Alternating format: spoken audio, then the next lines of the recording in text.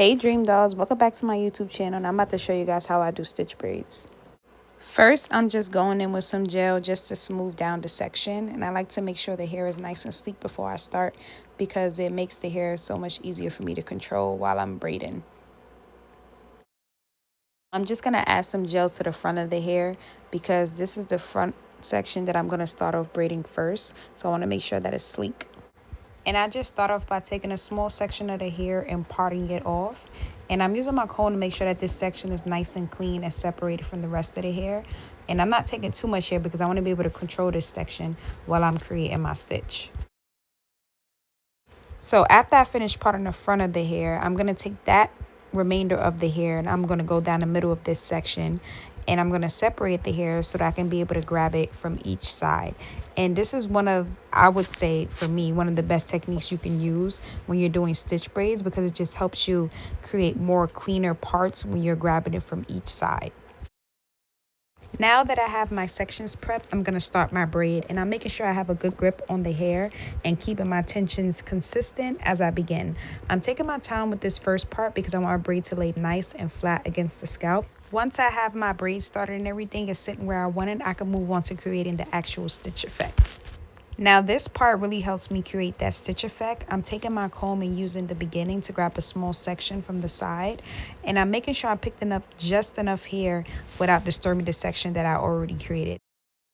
Then I'm bringing that hair into my braid and continuing my pattern. Now I'm going back and forth from each side using my comb to help me pick up those sections just because it gives me more control and helps me keep everything neat.